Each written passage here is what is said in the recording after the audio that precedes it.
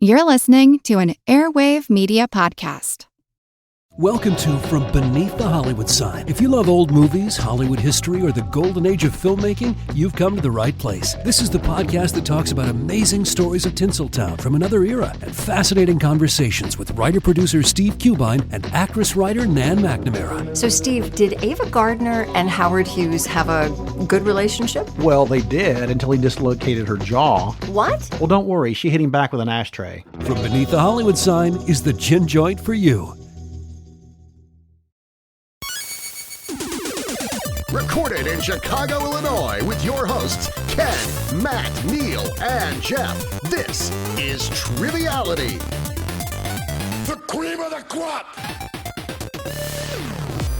Hello and welcome to Triviality, the game where a lack of seriousness meets a little bit of knowledge. My name is Neal, and I'm in an empty studio as per usual during the current time, but I'm joined over Skype with Matt and Jeff. Let's start with Matt. How are you doing today? I'm doing good. And I think at this point, you just prefer being by yourself in that studio anyway. I think you removed the chairs. It's just... Yeah, I did. I moved the TV. I moved the chairs. It's sort of become a little hole in the wall that I can hang out in and record. So I do enjoy it. That's true. A little isolation. A little isolation within isolation. It's a lot of isolation, if we're being honest. It is. Hey, there's Jeff. He's here too. Yeah, I am here. We all know how Neal is. I think that's why he keeps so ambitiously calling it the new normal, because he's hoping that he never has to interact with a person again. Yeah, right. In the meat space, as we call it. So. Yeah, exactly. If I can just talk to a wall in solitary but have a microphone, I'm sure I'd be happy. It's just like me when I performed at weddings. If you gave me the microphone, I would not stop until you kicked me out. So that I believe. Yes. Where's Ken? No Ken today, huh? No, Ken actually, he's doing something noble, which I appreciate. So if you're familiar with Barney almond butter, it's a great almond butter you can get. And they're based in Fresno, California, and they needed some extra hands. And Ken went there with his sleeveless metal shirts, and he's physically squeezing almonds to get the essence and the almond butter out of the almonds with his biceps. So that's what he's doing today. So good on him. I thought it was because he was a world-class churner. Well, he also churns butter, but he's on almond butter duty right now. So he's just squeezing almonds, basically. That's what he's doing today. Fresh squeezed almonds. Yes.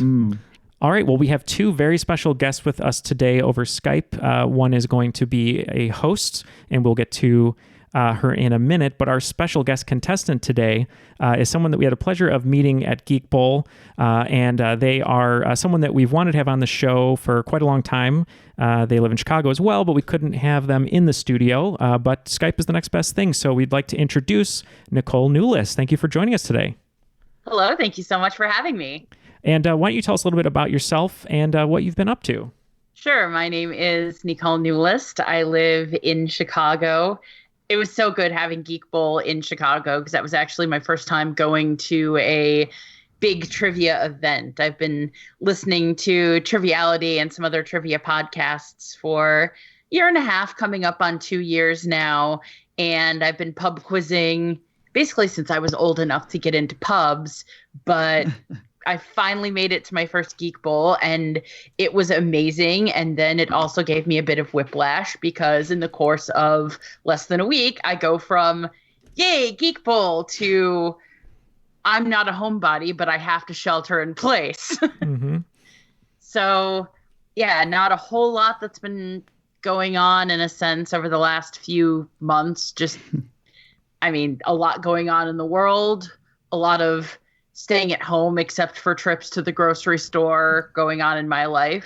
Things are starting to kind of open back up again, which is good because I'm a horse racing writer and horse racing podcaster, and I'm starting to have more and more and more that I can actually write about and talk about. So things are getting more interesting.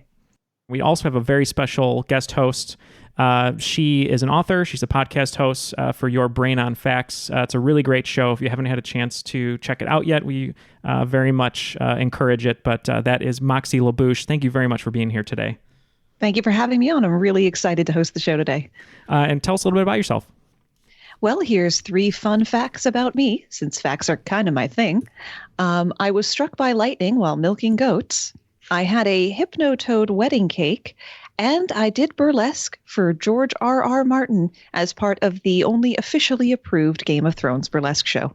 That's incredible. No, that's so impressive. I feel like you've done more living than I ever will. So I got 1 or 2 good moments in. And where can people find your show? Well, as soon as you've finished listening to the entire Triviality back catalog, you can use the same app and search for Your Brain on Facts, or check it out over at yourbrainonfacts.com.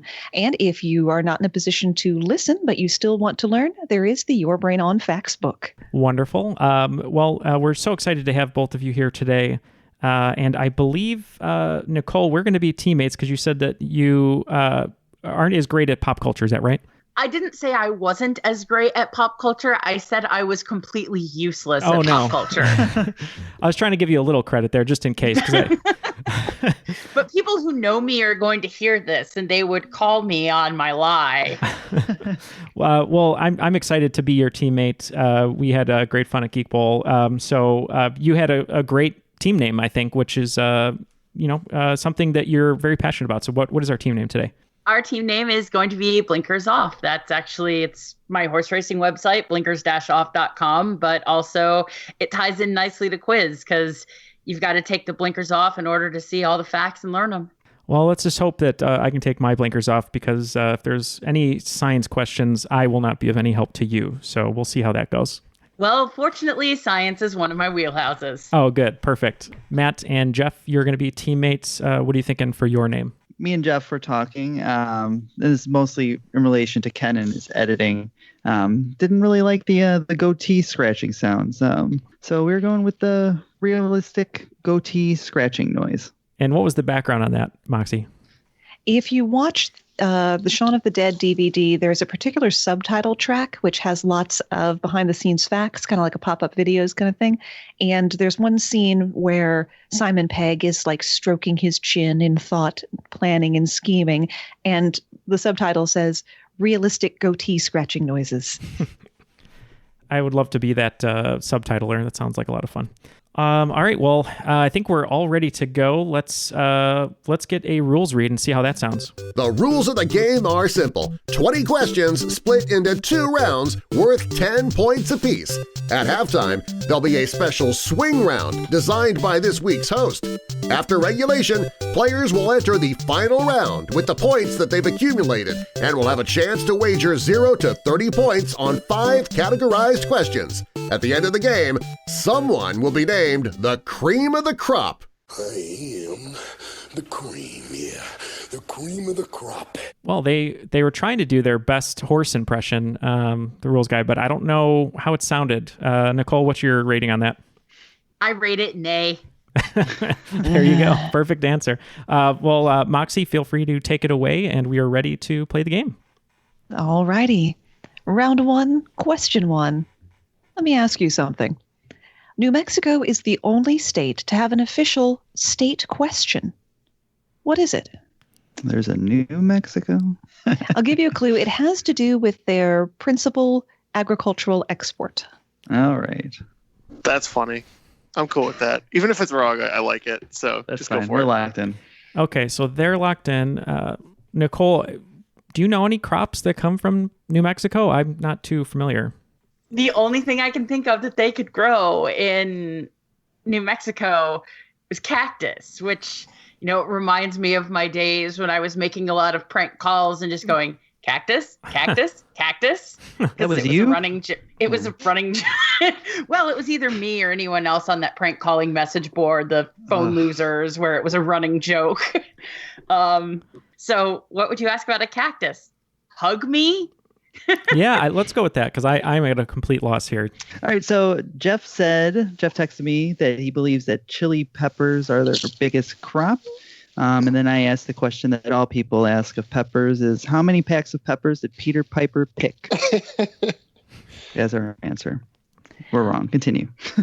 Well, you're wrong, but you were on the right track. It is to do with the peppers. The official state question of New Mexico is red or green. Oh, that makes sense. Do you want red peppers or green peppers? And the correct answer is Christmas, which means both. Yeah, hatch chilies, which they, if you're ever in Santa Fe in the fall, as I've had the pleasure to be twice. Every other block, there's somebody with a big roaster roasting fresh chilies, and it's pretty amazing. Alrighty, question 2. Power chords on a cello. Heavy metal pairs up better with symphony backing than it has any right to, such as with Metallica's S&M, or Symphony and Metallica, the album where the eponymous band played with the symphony orchestra of what major coastal city? We both texted each other the same thing at the same time, so I think we can lock in with that answer. Does that sound good, Jeff? Yes. Yes, we are locked in. Oh, you're locked in first. All right. Well, Nicolle and I message each other the same answer, and I'll let Nicolle answer it because I believe we're close, at least, or right. Yeah, exactly. What popped into my head was the symphony orchestra from San Francisco, and that's exactly what Neal had an inkling on as well. So I guess that means we're locking in with San Francisco. We were on the opposite coast, and we locked in with Boston. Metallica played with the symphony orchestra of San Francisco. Nice job. The only reason I knew that was my friend Phil loves to make fun of Lars, the drummer, because he doesn't do a lot of fills or pun intended, I guess, a lot of different fills or variety. And I remember watching a video he sent where they were performing with the San Francisco Symphony. So thanks to him making fun of Lars. So that's good. All righty. Question 3, float like.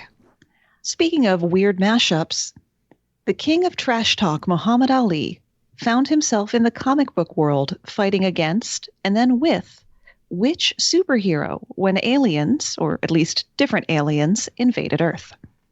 I'm cool, Matt. Yeah, I think I know this one. We can lock in. Okay.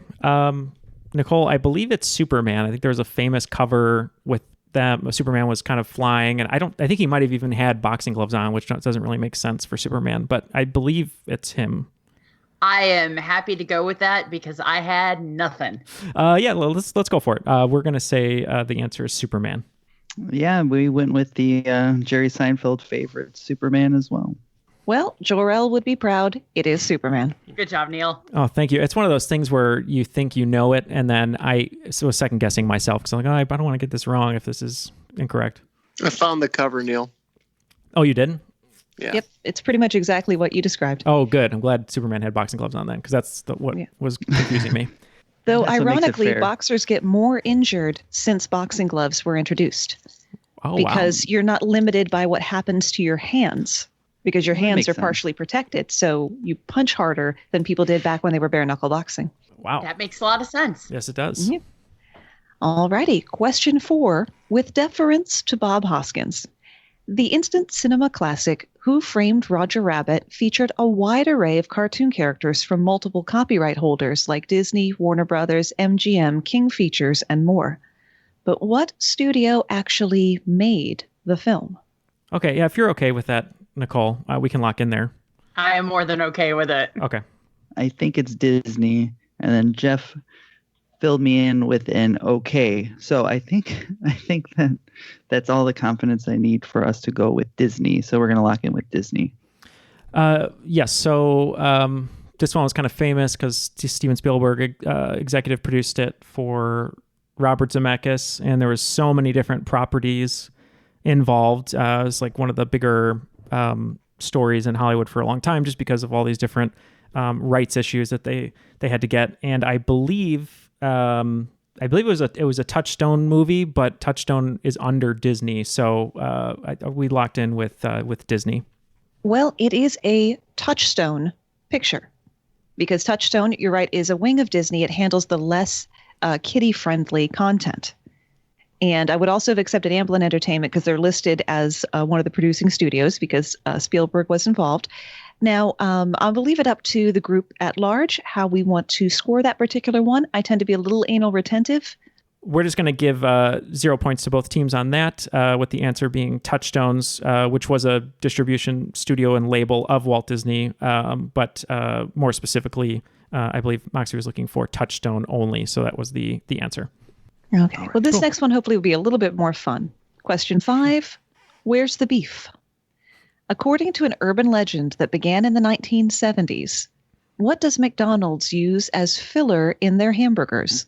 Allegedly. Okay, we can lock in. I have no idea, Nicolle. I don't know why antifreeze is coming to me. That seems so random.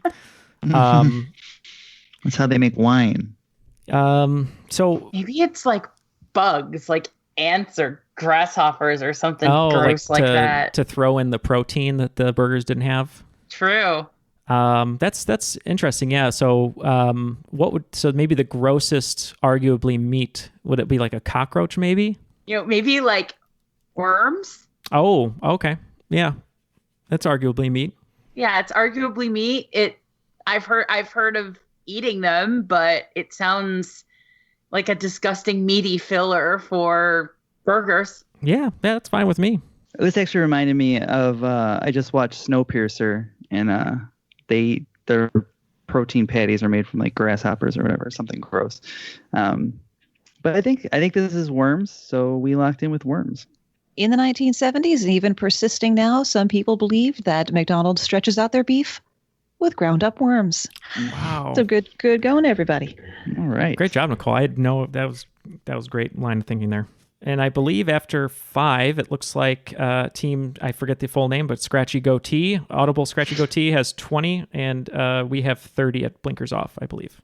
All righty. Question 6. There may have been some cheating. From as early as the 1956 game show What's My Line to a 2018 episode of American Dad, the Harlem Globetrotters basketball team has guest starred on many TV shows. What classic sitcom did they do a made-for-TV movie special with, which is especially bizarre given the show's setting? So I'll lock in. I messaged an idea to Nicolle, and they said that they agreed. So I think we're locked in officially. Okay. So I sent Jeff Gilligan's Island because it would be strange for them to be able to find it, and why didn't they take them back? There's a lot of questions it actually raises, and I don't know if they go into it because I never saw the movie. But I think we're going to lock in with that and say Gilligan's Island. Yes, anytime I think of the Globetrotters and cameos, I always remember they were on Scooby-Doo. They might have even been on Batman, but I know for a fact there was like a famous episode when they were on Scooby-Doo. But from hearing the clue of the setting, we also went Gilligan's Island. The Harlem Globetrotters joined the movie star Professor and Marianne on Gilligan's Island. That's so weird. Yeah, it pretty much was. Alrighty, question 7. If you see him, it's too late. The White Death was the nickname of a famously successful World War II sniper from what country? It's funny. We've had a few sniper questions before, and I've never heard this one. So Nicolle is texting some great possibilities. We're locked in. You're locked in. Yeah, I feel like this has maybe come up in the context of something Ken was talking about once or twice. So, is there a movie about it? Then you would know. Not that I know of. No. If there's not, there should be. So you're locked in. You said. Yeah. Okay. So Nicolle, you said possibly Finland and Russia, right? Yeah, Finland and Russia were the two countries that came to mind, and for some reason, I'm trying to think through what I've read. I'm not sure if Russia came to mind because of a sniper or because I was listening to a podcast about maybe a flying ace or something from there. But the one that came in and hit me really hard for some reason is Finland. I think there was a really good Finnish sniper and White Death sounds right. Like I wish I could explain it better, but if you're leaning on me, I have to go Finland. Yeah, I agree. I like where your head is at, because I think we had an episode once where we talked about someone from Russia called Lady Death, maybe, or something like that. And I've never heard of White Death, and it makes total sense to be Finland. So I'm totally 100% behind you if you'd like to go with that. All right, then let's lock in with Finland. It's funny because we had very similar discussion, just in 2 lines instead of lots of talking. But I said Russia. He said, it might be Finland. I thought this might be where in Mortal Kombat when you get to the end and he says finish him. I think that's where it's called. We said Finland. I was gonna say I think this was during the Winter War because Ken always likes to talk about how Finland just absolutely hands Russia their backside while they tried to invade them in World War II. So yeah, he loves Finland. That's true. He does. So he said Finland. Well, the White Death, real name Simo Häyhä, dominated the Winter War for Finland. Wow, right. Great job. Excellent. See, Simo Häyhä would have made it a lot easier. There would have been etymology to get there instead of hand-wringing. Very much so. I want to know what our sniper names would be. I'm really curious. I don't know what mine would be. My old AOL screen name, probably Nighthawk. That would be mine for no reason other than it was my AOL screen name. Okay, question 8. What could possibly go wrong? Henry Ford tried and failed to set up a rubber plantation and company town called Fordlandia in what South American country? This is your favorite Fred Armisen show, right? Matt, I'm pretty sure I got this. Man. I wanted to make a Fred Armisen joke. You got it. You're good with this, Jeff? Yeah, we can lock in. Oh, wow. All right. Jeff sticking his chest out there. Big Ford guy. Fordlandia. Do you know anywhere that they create rubber, Nicolle? What's frustrating is I remember reading something about Fordlandia a year or 2 ago. I know this was a thing, and I cannot remember what country it was in. 2 that keep popping into my mind, and I don't know why, are Colombia and Ecuador. Mm-hmm. Let's go with Colombia. Okay. I'm pretty sure that this was in the deep rainforest, but I remember specifically it was in Brazil that Ford had Fordlandia. So we locked in with Brazil. Well, if you listen to Your Brain on Facts, you would know that Ford tried to set up a company town in a country that shares its name with an alarmingly prescient Terry Gilliam film, Brazil. Oh. Right. Jeff did send me the sister cities of Chevytown and Dodgeville, which I enjoyed very much so. What about Flavortown? There's a petition to rename Columbus, Ohio to Flavortown. Did I send you that? Yeah. I would definitely sign it. I signed it. I'm a big fan of flame shirts and frosted tips. So and wearing sunglasses upside down on the back of your head. Yeah. That's what you're wearing right now. No one can see it except Nicolle and Moxie, but you're wearing a flame shirt and golden tips. Always. Alrighty, question 9. And you thought the paparazzi was bad. What real-life God-level rapper found himself dodging machine gun fire in a special edition Punisher comic in 2009? Okay, we are locked in over here. You guys, you can talk. Eminem had a song called Rap God, which is why I said Oh, yeah, Eminem. no, that makes sense. Yeah, he would be much more famous than Charlamagne the God. Charlamagne the God is a good guess as well. I don't know. With that clue, I think, are you okay with going with Eminem? Yeah, no, Rap God makes sense for the clue there. So I forgot about that song. So okay, we can lock in with Eminem. Yeah, I had the same clue. The God level, Eminem sang or rapped Rap God, and I'm not sure if I've ever seen this cover. I'm interested now to see it, but yeah, we're gonna go with Eminem. Alrighty, well, he was a big fan of the Punisher, the Rap God himself, Eminem. All right. Now I have to. That's 2 comic covers I have to look at now, and which I'm excited about. So thank you. Yeah. Well, I figured we're mashing up our shows, so we might as well do mashup type questions. All right. More mashups. Yeah. Question 10. My stomach is a citizen of the world.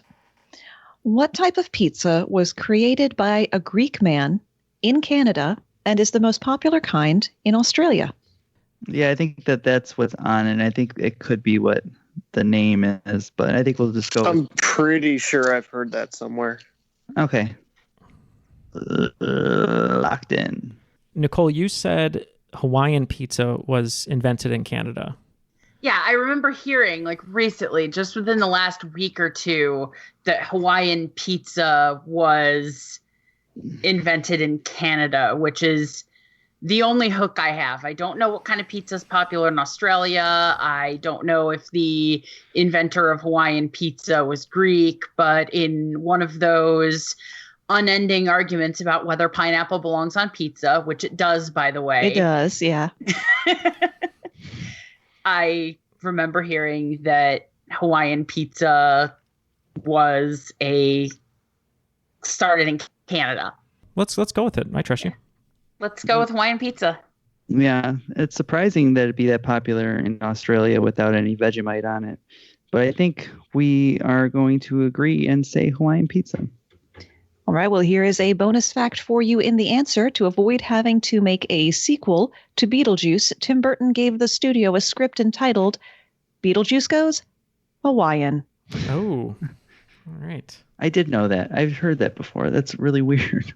That is really weird. After the first round, it looks like these scores are very close, 70-70. And before we go to the swing round, just want to remind everyone to join us over at the Crop, where you can interact with other listeners, talk about the episodes. We'll have some news there, sign-up forms, things like that. And we'd love to have you join us over there, as well as our social media, which you can find us at Triviality Pod on Instagram, Twitter, Facebook, and all that, and come hang out over there. So please join us and interact as much as possible. So Moxie, what do you have in store for us today as far as the swing round? Today's swing round is protest songs. I am going to give you the artist and the incident, and you need to come up with the song. 1, Crosby, Stills, Nash & Young and the Kent State Massacre. 2, the Plastic Ono Band and the Vietnam War. 3, Rage Against the Machine and the acquittal of the cops who beat Rodney King. 4, Woody Guthrie and the inherent inequality of property ownership. I promise that one's not as bad as it sounds. 5, Kendrick Lamar and the murders of Michael Brown and Tamar Rice. 6, the Sex Pistols and Queen Elizabeth's Silver Jubilee. 7, the Smiths and the Chernobyl disaster. 8, Barry Maguire and the Cuban Missile Crisis. 9, Buffalo Springfield and the Vietnam War, and I do insist on the correct title for this one. And number 10, U2 and the Troubles. All right, we are going to talk about those clues and be back with our answers. All the answers are now locked in. Let's go back to Moxie for the questions, and we will give our answers. Okay, so you were given an artist and an incident and had to come up with the protest or reaction song that they performed because of it. Question 1, CSNY and the Kent State Massacre. I had all kinds of facts about how Crosby, Stills, and Nash had all been inducted into the Rock and Roll Hall of Fame twice in different bands, but I couldn't think of a song they did about Kent State, neither could Neal, so we had to tap out on that one. Yeah, actually, my high school English teacher, one of them, shout out to Mrs. Grady. She was attending Kent State for her master's at the time of the incident, and Crosby, Stills, Nash was always one of my favorite bands. So I happen to know that this is Ohio. Mm-hmm. This summer, you'll hear the drumming for Dead in Ohio. All righty. Number 2 was the Plastic Ono Band and the Vietnam War. This one, I was trying to think of what it could be, and initially I was saying, oh, that can't be Yoko Ono's group. Maybe it's a trick question. Nicolle said it was, and I said, well, then I think it's got to be Give Peace a Chance, because that's the only one I know. So that's what we locked in with. And we decided we didn't know anything about this very early on and did not have an answer. Well, all we are saying is Give Peace a Chance. Whew. Number 3, Rage Against the Machine and the acquittal of the cops who beat Rodney King. Well, there are a lot of good Rage Against the Machine songs. The only one specifically that I could think of the only one I could think of off the top of my head with a reference to cops was one that says some of those who work forces are the same that burn crosses. So we said Killing in the Name. Pretty much any Rage Against the Machine song is probably a protest song at some level. We said Killing in the Name. Yep, it took some doing to find a specific causative event, but yep, it was Killing in the Name. So question 4, Woody Guthrie and the inherent inequality of property ownership.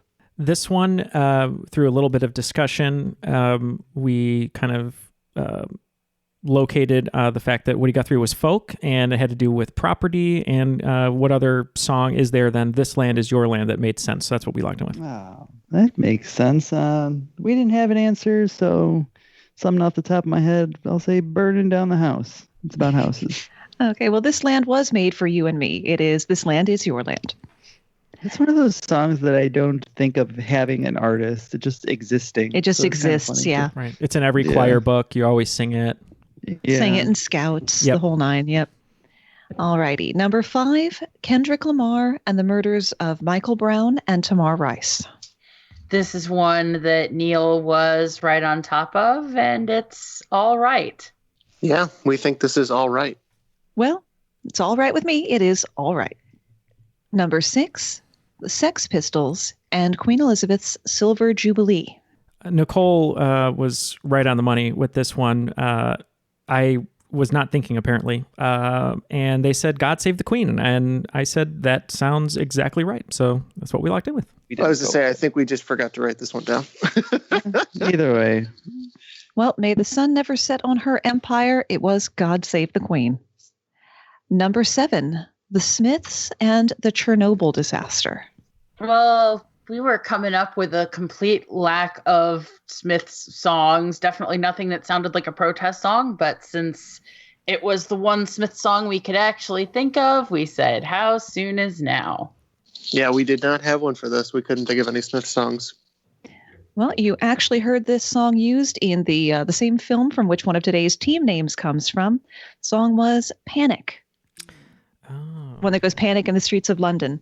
Number 8, and yes, this was a hard one, Barry Maguire and the Cuban Missile Crisis.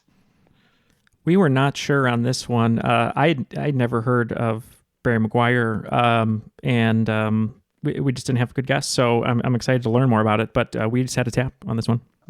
So we had nothing.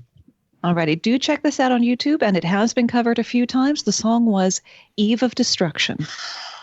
Number 9, Buffalo Springfield and the Vietnam War.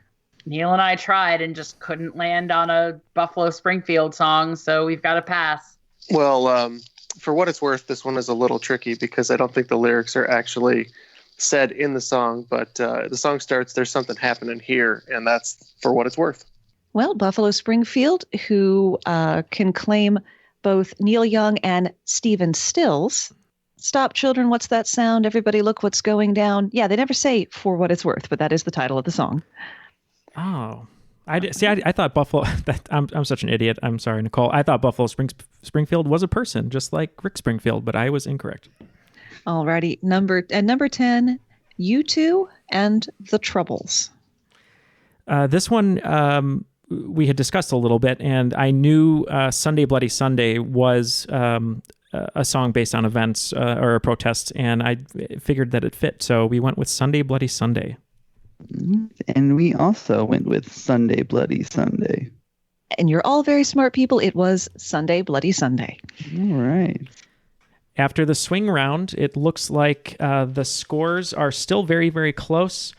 Team Scratchy, Goatee Beards, etc., is what I'm going to call it, picked up 25 points, and Team Blinkers Off picked up 30 points, bringing our totals to 95 to 100. So let's jump into the second round. Alrighty, super close game going into round 2. Question 1. If I could walk that way, I wouldn't need the doctor. Aerosmith helped introduce wide audiences to hip-hop by collaborating with Run DMC to cover their own song, Walk This Way. What album was the song originally on, along with Sweet Emotion and the title track? All right. Nicolle, any Aerosmith knowledge? Not really. I think this album was pretty early in their career, and 70s music is not one of my wheelhouses. Aerosmith, I always mix up what famous songs were on certain albums of theirs, because I know they had like a self-titled album just called Aerosmith, I think. And there's another one that it's like a kid. It's not a kid album, but it sounds like a kid album.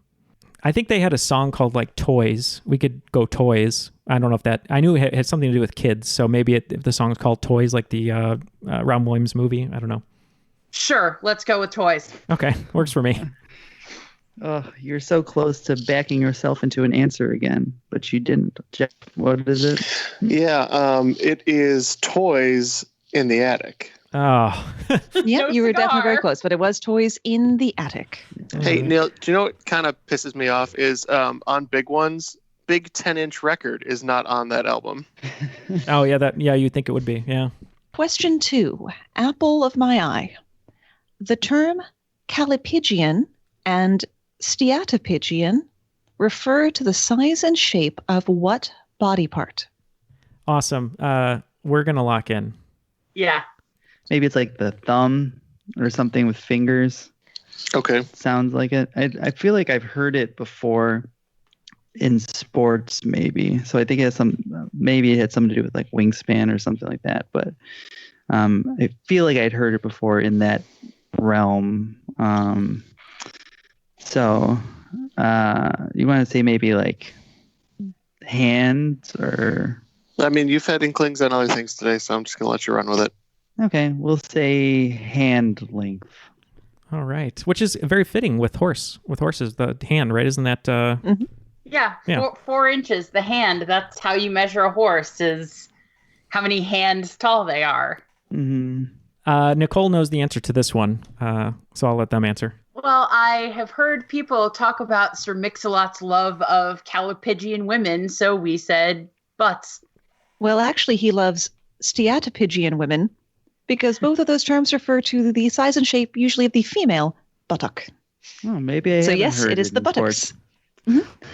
Well, callipygian means shapely. There is actually a temple to Aphrodite Callipygia, and steatopygia refers to an abnormal excess of fatty tissue on the derriere. And then I know a burlesque dancer whose stage name is Callie Pigeon, and I like high-fived her. I'm like, I don't care if nobody else ever gets it.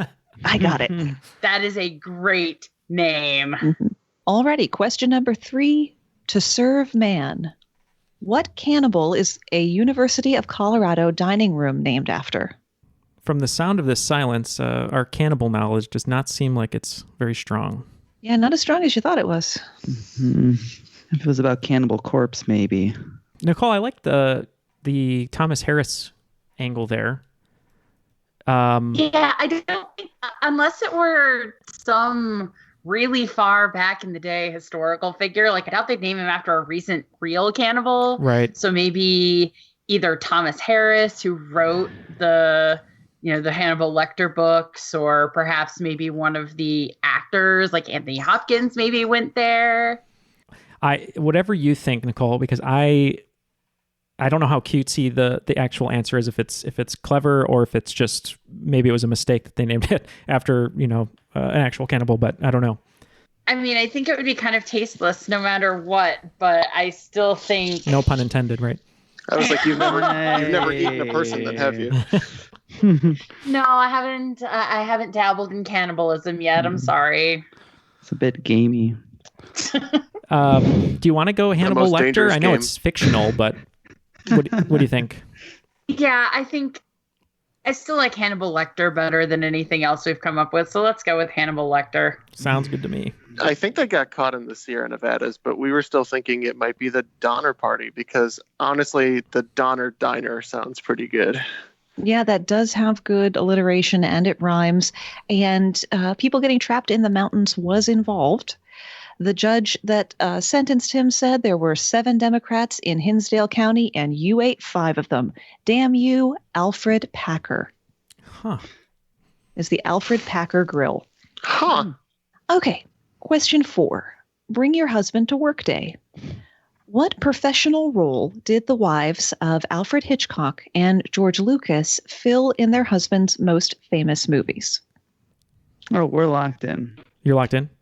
Okay, so I know for a fact that George Lucas's wife was an editor, and I think she even did editing on Jaws for Steven Spielberg. But so that for sure I know is editor. Hitchcock's wife was named Alma, I believe, and she was a really great screenwriter. But perhaps she was also an editor, because if I know George Lucas's wife was an editor. then that would have to, and Marsha Lucas. So if she was an editor, Alma probably was screenwriter and editor, because I know she was a great screenwriter. So are you okay with maybe just going editor? Yeah, especially if you know that George Lucas's wife did not actually write those movies, right. Then yeah, I'm happy to go with that. Okay. All right. So we will lock in with editor. That's a pretty good guess, I would think. I thought it might be something where it'd be a person that they'd want to have around with them quite a bit, and that would be something that the script supervisor does. So we locked in with script supervisor. Well, of the two Lucases involved with Star Wars, the Oscar went to Marsha Lucas and two colleagues for Best Editing. Mm. And yes, Hitchcock's wife's name was Alma Revel. She was the one who had the idea to have the staccato strings in Psycho, and Marsha Lucas absolutely saved A New Hope and made the Star Wars franchise possible, because George Lucas's version of it sucked and was terrible. There are side-by-side comparisons available on YouTube. Check it out. He's not good. It was bad. It was it looks really bad. I saw like a clip of like an early run of it or whatever. It was bad. Yeah, slow and plodding, and characters are introduced at the wrong times, and there's no suspense. And it was Marsha Lucas's idea for Obi-Wan Kenobi to die. Spoiler alert. Yeah, there's a number of wonderful female editors in history that are often overlooked for some reason, and they shouldn't be. Anne V. Coates, for one, famous for Lawrence of Arabia, and Thelma Schoonmaker. Just so many wonderful editors that are sort of the saving grace behind some filmmakers who, if left to their own devices, would not make as strong a product, just like you just said with George. So, yeah. Question number 5. When you're really sure of your hypothesis. In 1898, a German doctor hit, stabbed, hammered, and even burned his assistant to successfully test what now illegal substance as an anesthetic. Okay, you're locked in, you said? Yeah. Okay. Nicolle and I were talking about possibly heroin. I guess before it was opium, or at least part of heroin was opium. And by 1898, I believe heroin was a thing. It was. Okay. I guess we could go heroin. I can't think of another drug off the top of my head or substance. But heroin kind of makes you numb, so maybe that's where it came from. I don't know. Heroin is currently illegal, and it is a high-grade painkiller. Yeah, let's go with it. Yeah, let's go with heroin. All right, and I think we're along the same lines. We thought it's probably we definitely know it's illegal, but we figured it also might be a good painkiller, so we said heroin. Well, your thinking was correct. The reasoning was correct, but the actual drug, I'm afraid, was not. It was cocaine. Oh, wow. Mm-hmm. It was cocaine, which they dissolved and injected into the spine, similar to an epidural. And it prevented the assistant from feeling any of the things that were happening, which is good, because the testing also included yanking out pubic hair and squashing his testicles. Oh, my God. Oh, my God. The next day, however, when it wore off, he was not in as good a shape. Yeah. Sounds like they were both on cocaine then, just administered differently. Well, everybody was back then. But we'll see. Initially, they had tried it on the doctor, but the assistant didn't do the stick right. The doctor got some of it, and so they were both beating each other up. The assistant got the worst of it because he got the most coverage from the drug. The next day, the doctor calls out of work, so the assistant has to not only go into work himself, he has to cover for the doctor. They had a falling out shortly thereafter. Yeah, can't imagine. That's a very good working relationship. Yeah. Yeah, we're not. That sounds like the weirdest coke-fueled medical brawl ever. I would like to see a list of the other coke-fueled medical brawls as soon as possible, please. That is sounds ripe amazing. for an HBO miniseries. Okay. Question number 6. Now the doc says what's up. What famous cartoon voice actor was brought partially out of a coma following a car accident by doctors talking to the characters that he voiced? Yeah, we're locked in. I think it's right. Okay. I'll let you take it, Nicolle. I think we're on the same page, actually. It was good timing. I think it's Mel Blanc. Yeah, we think that it's the voice of Bugs Bunny himself, Mel Blanc. It was indeed. One of his doctors said, "How are you doing today, Bugs?" And without regaining full consciousness, Mel Blanc responded as Bugs Bunny. And they found that for whatever reason, they were able to communicate with the characters, even though if they addressed Mel himself, he wasn't able to respond. It's all those characters stuck in his subconscious, just waiting to come out. Alrighty, question number 7. Better than brown M&Ms. Which Hollywood tough guy action star will only play bad guys if the character dies or goes to jail, i.e. suffers the consequences for their life of crime? And I will toss out a clue. This particular actor is a lot shorter than you think he is. It's not Tom Cruise. Oh, man. I was just going to say Tom Cruise. No. Okay. I think we're going to lock in. I think we feel pretty good about this. You can go Sly. He is short. Yeah, but it's fine. Fine. We're locking in with Sly Stallone.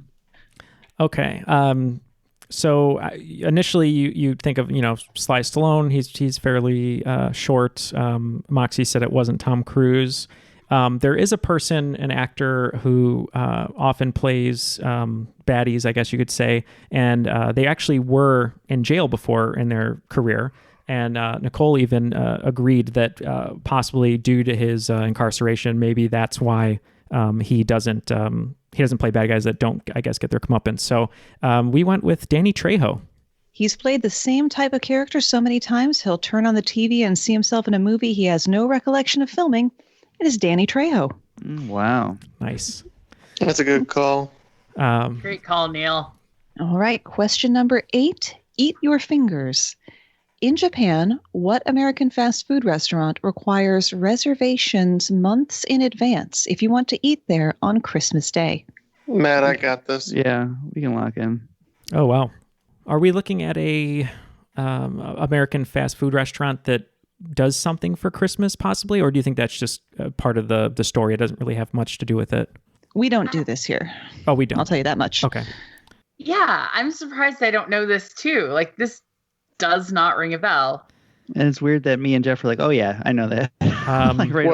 Shout out to Ken, who likes Japan. No, actually, I know this for a few reasons. I've got a few friends who are big fans of Japan, just not Ken. So there's more. I just really wanted to tell people that I have more than one friend. Okay. It's on record. Maybe it's possible that it's KFC. I don't think it's White Castle. I just know White Castle does the Valentine's Day dinner you can do. When I think of American fast food restaurant that exists in Japan, I mean, you've hit the two that come to mind for me, which is to say McDonald's and KFC. I'm good with whatever you think, Nicolle. Which one are you leaning towards? I have a little stronger association with Japan and KFC, so let's go KFC. Yeah, let's do it. I believe there was a eating your fingers clue in there, and they were finger licking good chicken, I believe is their slogan. But it's KFC. Yep. When they brought the company over to China, the slogan was mistranslated as "eat your fingers off," and it is a Christmas Day staple to go to KFC. Alrighty. Question number 9. How would a centaur wear pants? Like the Greek chimera, the Egyptian goddess Ammut is a combination of 3 animals, 2 semi-aquatic animals, the hippo and the crocodile, and what fully land-based animal? We're good, Matt. Okay. You can thank my playing of Magic the Gathering for this. My brain didn't function fast enough, and I really thought the question was how would a centaur wear pants? I was like, wait. Moxie got me good on that one. I was really deep thinking about that, how the pants would go on. Because of the Sphinx, I have an association with Egypt and felines like lions and cats. Mm-hmm. I'm good with that. Yeah. Yeah. Let's go with lion. I'm not sure we're gonna get to anything better or actually think of anything and be like, yes, that's exactly it. If neither of us have actually heard of this Ammut character. Mm-hmm. Yeah. So lion. Yep. Yeah, I'm pretty sure from my knowledge of Magic the Gathering that this is a lion. Yep, the Egyptian goddess Ammut is made up of parts of hippo, crocodile, and lion. It's a ferocious beast. Moving on to our final question of the day. Question number 10, Blast from the Past. Space Jam mashed up real sports with classic cartoons and a now legendary actor who was in a slump in his career. Most interestingly of all, though, is the fact that the movie's original website is still up, untouched. What year did the site go up? We can lock in. So, Nicolle, I think the website would correspond with the film's release date, and I believe it was released 96 or 97. Want to go with 96? That's good with me. Yeah. Yeah. 1996. Yeah, this movie, if the website started the same year as the movie came out on my 11th birthday, and I was really excited, and I saw it in the theater in 1996. So we said 1996. Well, there's no way you're going to forget the movie you went to see on your 11th birthday. The Space Jam website went up in 1996. Ooh, nice. Okay, after regulation, it looks like going into the final round, scores are going to be 145 for Scratchy, Beard, etc., Incorporated, and 170 for Blinkers Off. So let's hear those final round categories, Moxie, to give our wagers. Alrighty, the categories for the last round. This will be a round of famous lasts. So not famous first, famous lasts. Categories are last words, last of its kind, last flight, last emperor, and last on the moon. All the wagers are locked in, so let's hear those categories one more time and the questions, Moxie. Question 1. What were the last words of Giles Corey, a man who was crushed to death under stones in an attempt to make him enter a plea during the infamous Salem witch trials? Alrighty, question 2. What model of aircraft made its final commercial flight on October 24th, 2003? Question number 3. A lone specimen, nicknamed Benjamin, was captured in 1933 and died in 1936 because his keeper forgot to put him away for the night, marking the extinction of what species? Question 4. Who was the last adult pharaoh of Egypt? So that would be someone over the age of 18. Who was the last adult pharaoh of Egypt? And number 5, leaving with the message, we leave as we came, and God willing we shall return with peace and hope for all mankind. Astronaut Eugene Cernan was the last man to walk on the moon in what year? Okay, we're going to talk about these questions and be right back with our answers. Okay, all of the answers are now locked in. Before we throw it back to Moxie, just wanted to say a very special thank you to all of our Patreon supporters. If you'd like to join them, you can go to patreon.com/trivialitypodcast to pick up many different perks like posters, character boxes, and extra audio content where we're a little bit more unfiltered. So if you'd like to join all of our supporters to help keep the show going, you can go to patreon.com/trivialitypodcast. And back to you, Moxie. Question 1 was, what were the last words of Giles Corey, who was crushed to death under stones in an attempt to make him enter a plea during the infamous Salem witch trials? So here at Blinkers Off, we are going to wager 5 all the way down, Oakland 5s, because we wanted to be a little bit more conservative. So for our first answer, I was telling Nicolle that I know a lot about Salem witch trial history, and what's really hitting me over the head is the phrase more weight, or put more weight on because Giles did not want to give up any information. So we're going with more weight. We wagered a 20 for every single question. And yeah, I think the answer was more weight. He wasn't going to give him the satisfaction. Giles Corey's last words, repeated over the course of 3 days, were more weight. Question number 2. What model of aircraft made its final commercial flight on October 24th, 2003?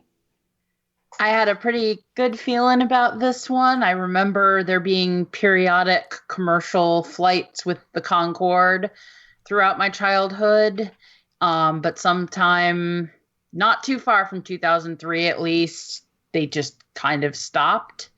So yeah, I went with the Concorde. Still wagering 20. We said Concorde jet. costing as much as $50,000 a flight, being uncomfortably hot in the cabin, and blowing out windows if it went over houses. It was the Concorde. So question number 3. A lone specimen nicknamed Benjamin was captured in 1933 and died in 1936 because his keeper didn't put him away for the night, marking the extinction of what species? I could really only think of one species that went extinct during the first half of the 20th century. And I'm not sure it was quite as late as the 30s, but still we went with passenger pigeon. We're on the same page there. Also said passenger pigeon. Well, the very last passenger pigeon, whose name was Martha, died in 1914. 1936 saw the end of the thylacine, or Tasmanian tiger. Question number 4. Who was the last adult pharaoh of Egypt? Egyptian history, not one of my strong points. I could only think of 2 names of pharaohs, one of which was Tutankhamun, and the only other name I could think of was Akhenaten. So that's what we went with, Akhenaten. That's a good one. The only one I could think of was the Scorpion King, so we went with Dwayne Johnson. Alrighty.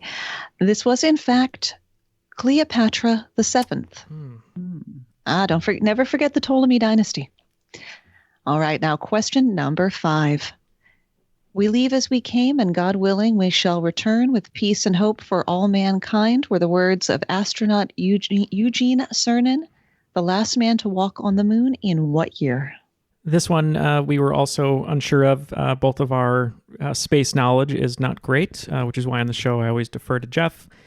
So we knew it possibly was in the 70s, and for lack of a better reason, I said Jaws was released in 1975, and let's just go in the middle of the decade. So we went with 1975. Yeah, my space knowledge generally ends at Space Jam, but luckily Jeff's on my team, and he's pretty confident in 1973, so we said 1973. Well, one of you is going to be a little more annoyed than the other one. It was 1972. Well, I believe after the scores there, it looks like Blinkers Off lost 5, and I believe you lost 20 after all the wagering there. So the final scores should be Team Scratchy, Goatee, Inaudible, Subtitle, Incorporated, etc., with 125, and Blinkers Off with 165, and today's Cream of the Crop. I am the cream. Ooh, yay! Great job, Nicolle. Thank you. That was a great game. Great job, everyone. And what a wonderfully written game, too, Moxie. Thank you so much for putting this game together. Oh, thank you. I'm really glad to have done it. It was every single question I had looked at and agonized over. Is this too easy or is this too hard? Because none of them ever felt like the right degree of difficulty.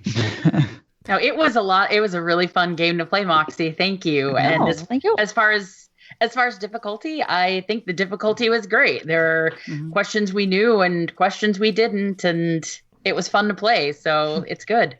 Yeah, it allowed us to work together and use our strengths and put them together. Moxie, especially all the extra facts that you threw in there were wonderful. So where can people learn more about you, your podcast, buy your book, and just in general become fans like we are now? Well, we've got the central point of information over at yourbrainonfacts.com, Facebook and Instagram /yourbrainonfacts. Twitter is brainonfactspod because God forbid Twitter give us enough letters.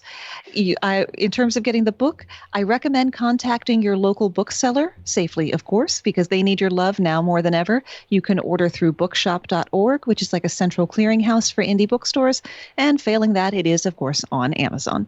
And it is called Your Brain on Facts, things you didn't know, things you thought you knew, and things you never knew. The title takes up most of the front cover.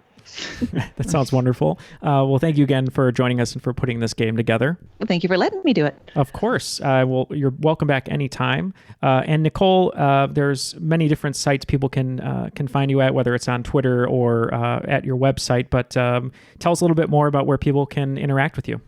Oh, thank you. I'm all over the internet, really. You can find me on Twitter at Rogue Clown, ROGUECLOWN. You can find me on my website at blinkers-off.com. You can also find my podcast, Chicago Race of the Day, where I talk about one race every day of thoroughbred horse racing in Chicago, Or right now, since there is no thoroughbred horse racing in Chicago, I'm doing races at the downstate track, Fairmount Park, just outside of St. Louis on the Illinois side. You can find that really anywhere where you can find podcasts. So you can find it on Google, Apple, Spotify, Stitcher, any of those, or on my website, blinkers-off.com. It's called Chicago Race of the Day.